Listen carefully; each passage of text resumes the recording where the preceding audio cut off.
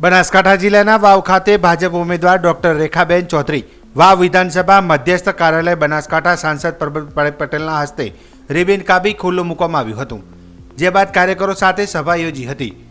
આજના કાર્યક્રમ અંતર્ગત પ્રદેશ મંત્રી નૌકાબેન પ્રજાપતિ, લોકસભાના સંયોજક રાણાભાઈ દેસાઈ, આ વિસ્તારના આગેવાનો ગુમાનસિંહ ચૌહાણ, ડીડી રાજપૂત, નાગજીભાઈ પટેલ, ધનજીભાઈ રાજપૂત, ભૂરાભાઈ આસર, ગજેન્દ્રસિંહ ચૌહાણ, કે રાજપૂત, કુંડાળિયા સહિત વાવ તાલુકા મંડળના આગેવાનો તેમજ વાવ તાલુકા યુવા ભાજપની ટીમ બહોળી સંખ્યામાં ઉપસ્થિત રહ્યા હતા।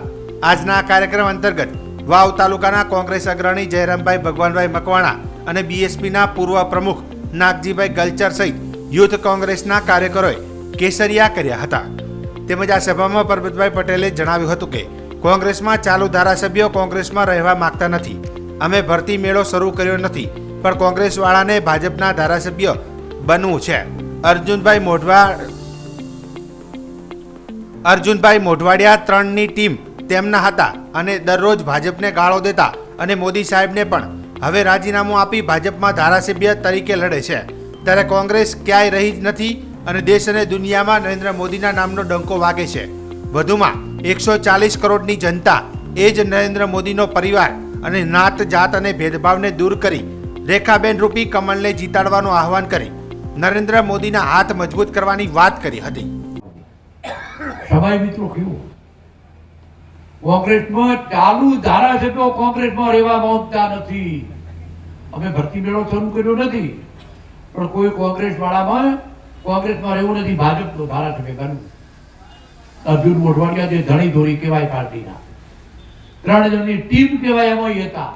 રોજ તમે સાંભળતા ગાળ્યા દેતા, ભાજપને દેતા ને, મોદી સાહેબને, ભાજપને। એ કે હવે મારે ભાજપમાં ધારાસભ્ય તો છે, પણ રાજીનામું આપીને ભાજપમાં લડવાનું લડે છે અને ભાજપમાં ધારાસભ્ય છે।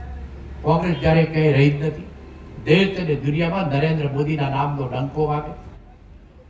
1 નંબરનો લોકપ્રિય નેતા સમગ્ર દુનિયામાં નરેન્દ્ર મોદી। રામ મંદિરનું નિર્માણ, અનેક કાર્યો કર્યા છે। બીજા વક્તાઓ બોલવાના છે, ઘણી બધી વાત કરશે, પણ હું તો મિત્રો એટલું જ કહું કે આપણે મિત્રો પક્ષીય ચૂંટણી લડતા નથી, ક્યાંક જ્ઞાતિવાદ હોય। જો જ્ઞાતિવાદ હોય તો મારે એમ કહેવું છે કે નરેન્દ્ર મોદીના નામની ચૂંટણી છે। એક નાની કુમનો વ્યક્તિ અને નરેન્દ્ર મોદીનો પરિવાર, અહીં બેઠેલા આપણે દેશની 140 કરોડની જનતા એ જ નરેન્દ્ર મોદીનો પરિવાર, અને આગળ પાછળ કોઈ નથી।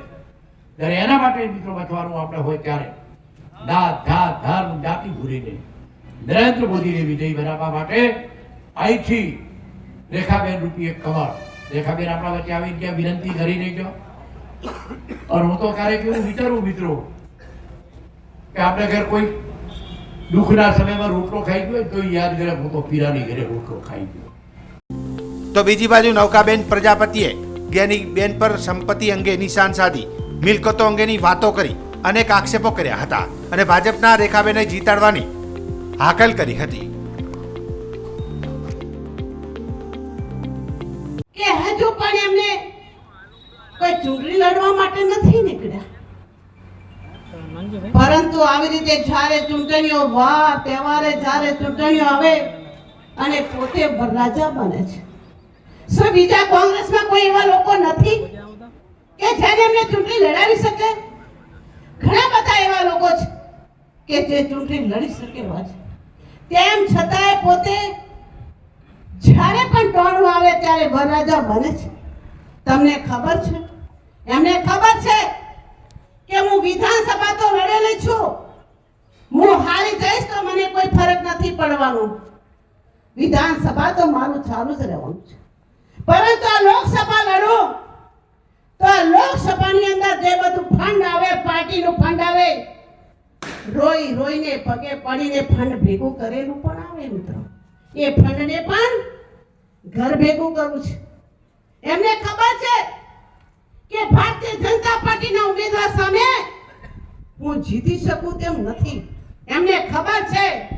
તેમ છતાં લોકોની આંખમાં ધૂળ નાખવાનું કામ આ કોંગ્રેસના ઉમેદવાર કર્યું છે।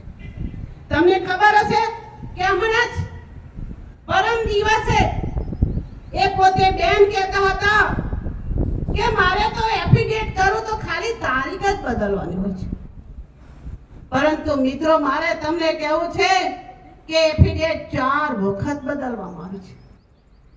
કેમ બદલવામાં આવી? શા માટે બદલવામાં આવી?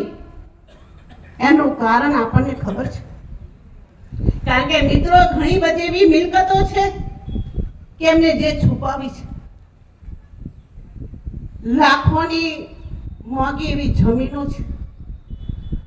એમની પોતાની સંસ્થાઓ, કરોડોની અંદર વેચાતી લીધેલી એવી સંસ્થાઓ છે કે ભાભર હોય, વાવ હોય, સણવાની અંદર એમના 3 થી 4 તો બંગલાઓ છે, જે 50 લાખની કિંમતથી વધારે બંગલાઓ છે. મિત્રો, તમે એમને એફિડેવિટમાં જોતા હશો કે એફિડેવિટની અંદર 3.5 કિલો ચાંદી બતાવી છે, 15 તોલા સોનું બતાવ્યું છે.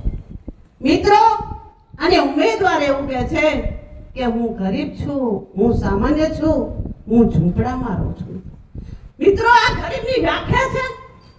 ગરીબની વ્યાખ્યા એ કે એને મોંઘી જમીન હોય તો બતાવવાની નહીં, કરોડોની સંસ્થા હોય તો બતાવવાની નહીં. મિત્રો, માત્ર ને માત્ર ગરીબ હોવાના ઢોંગ કરીને આ જે બનાસકાંઠાની જનતાને જે ગુમરાહ કરવા નીકળ્યા છે, એટલે મારે